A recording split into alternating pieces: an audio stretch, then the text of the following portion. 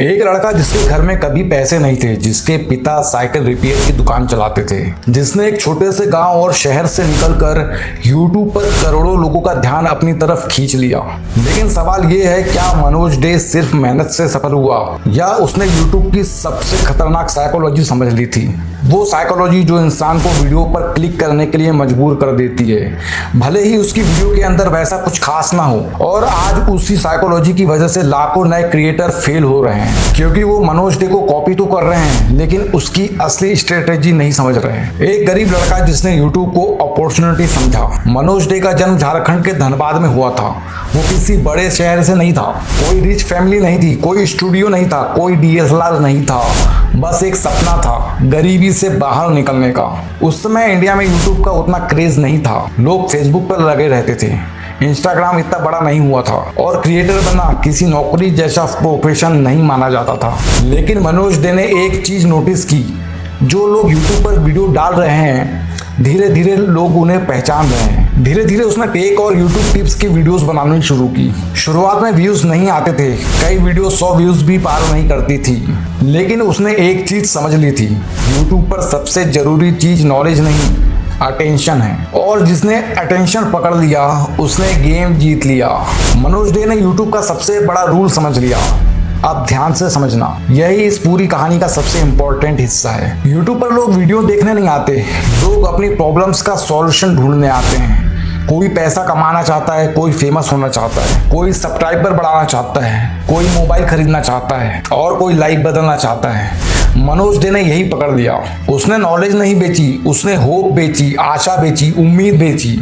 और होप दुनिया की सबसे महंगी चीज है। जब कोई टाइटल देखता है, एक दिन में 1000 सब्सक्राइबर, 7 दिन में मोनेटाइजेशन, गरीब आदमी भी YouTube से लाखों कमाए, तो इंसान वीडियो नहीं खोलता, वो अपना सपना खोलता है। और यही मनोज डे की सबसे बड़ी ताकत थी।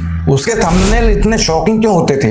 अब यहाँ से YouTube साइकोलॉजी शुरू होती है। तुमने नोटिस किया होगा, कुछ थंबनेल देखकर दिमाग खुद क्लिक करना चाहता है। क्यों? क्योंकि हमारा दिमाग क्यूरियोसिटी से चलता है। अगर मैं बोलूँ आज मैं YouTube टिप्स बताऊंगा तो शायद कोई क्लिक ना करे, लेकिन अगर मैं बोलूँ इस सीक्रेट को जान लिया तो चैनल जल्दी ग्रो हो जाएगा, तो दिमाग बोलता है ये सीक्रेट क्या है और क्लिक हो जाता है। मनोज डे ने इसी क्यूरियोसिटी गैप का इस्तेमाल किया।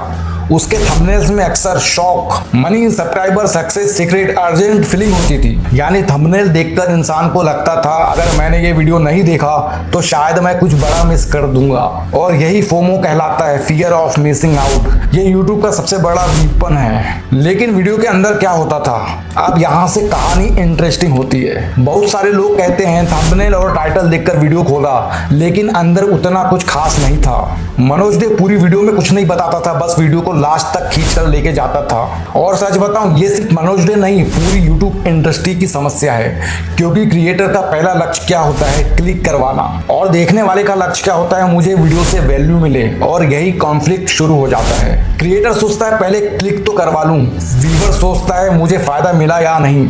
जब ये गैप बढ़ जाता है तो ऑडियंस धीरे धीरे ट्रस्ट खोने लगती है। इसलिए कई लोगों ने मनोज डे को क्लिकबेट क्रिएटर भी कहा। लेकिन यहाँ एक बात समझो, अगर उसके वीडियो इतने बेकार होते तो करोड़ों लोग उसे फॉलो नहीं करते, उसके चैनल पे इतने सब्सक्राइबर नहीं बढ़ते। मतलब कहीं ना कहीं उसने ऑडियंस को इमोशनल लेवल पर कनेक्ट किया था। और इंडिया के लोग ज्यादातर इमोशनल ही होते हैं, उनको लगता था कि ये हमारे जैसा ही लड़का है। मनोज डे का असली सीक्रेट नॉलेज नहीं था, उसका सबसे बड़ा सीक्रेट था रिलेटेबिलिटी। जब वो कैमरे के सामने बोलता था तो ऐसा नहीं लगता था कि कोई करोड़पति एंटरप्रेन्योर बोल रहा है, लगता था कि हमारे जैसा ही लड़का बोल रहा है। वही लैंग्वेज, वही स्ट्रगल, वही सपने, वही प्रॉब्लम्स। और इंसान उन्हीं लोगों पर भरोसा करता है जो उसे अपने जैसे लगते हैं। इसलिए लाखों लोग मनोज डे को टीचर नहीं, अपना भाई मानते थे। और जब ऑडियंस तुम्हें भाई मान ले तो वो तुम्हारी गलतियां भी माफ कर देती हैं। उस समय YouTube आसान क्यों था? अब एक बहुत बड़ी रियलिटी, अगर तुम 2026 में YouTube शुरू कर रहे हो और सोच रहे हो कि वही ट्रिक्स लगाकर करोड़ों सब्सक्राइबर बना लोगे, तो शायद नहीं। क्योंकि मनोज डे जिस समय ग्रो हुआ उस समय कंपटीशन बहुत कम था। उस समय एआई नहीं था, लाखों क्रिएटर्स नहीं थे, शॉर्ट्स नहीं थे, प्रोफेशनल एडिटिंग कम थी, लोग बेसिक सा नॉलेज भी पाकर खुश हो जाते थे। लेकिन आज ऑडियंस 5 सेकंड में डिसाइड कर देती है देखना है या नहीं, इसलिए वही पुरानी स्ट्रेटजी आज उतना काम नहीं करती।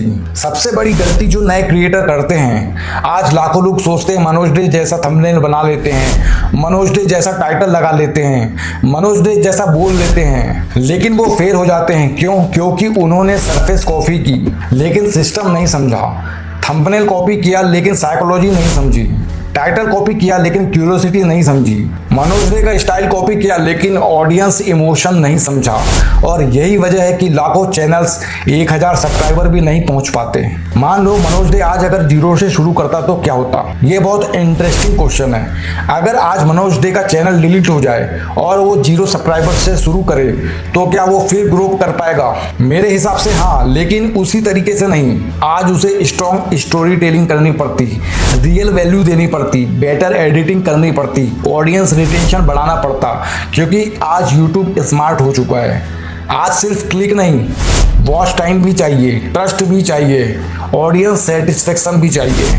अब ध्यान से सुनो क्योंकि यही इस वीडियो का असली मैसेज है। मनोज डे ने सिर्फ ऑडियंस की इमोशन को पकड़ा। कई बार थंबनेल में वो लिखा जो वीडियो के अंदर था ही नहीं। बार बार ये कहना कि मैं वीडियो के आखिरी में आपको एक इंपॉर्टेंट बात बताने वाला हूँ, लेकिन वीडियो खत्म हो जाती थी लेकिन वो इंपॉर्टेंट बात नहीं आती थी और लास्ट में जाकर पता चलता था कि ऐसी कोई खास बात थी ही नहीं। ऑडियंस को लगने लगता था कि फालतू उन्होंने 10 मिनट बर्बाद किए, लेकिन प्रॉब्लम ये नहीं थी, प्रॉब्लम थी थंबनेल। लोगों ने थंबनेल देखकर क्लिक किया ताकि उन्हें कुछ नॉलेज मिले, कुछ वैल्यू मिले, और इसी को कहते हैं क्लिकबेट। पहले मोस्टली यूट्यूबर्स ऐसा करते थे लेकिन अब ये पॉसिबल नहीं है। अब ऑडियंस पहले से ज्यादा स्मार्ट हो चुकी है। अगर ऑडियंस को वीडियो में वैल्यू नहीं मिलेगी तो शायद ही तुम्हारा वीडियो दोबारा देखे।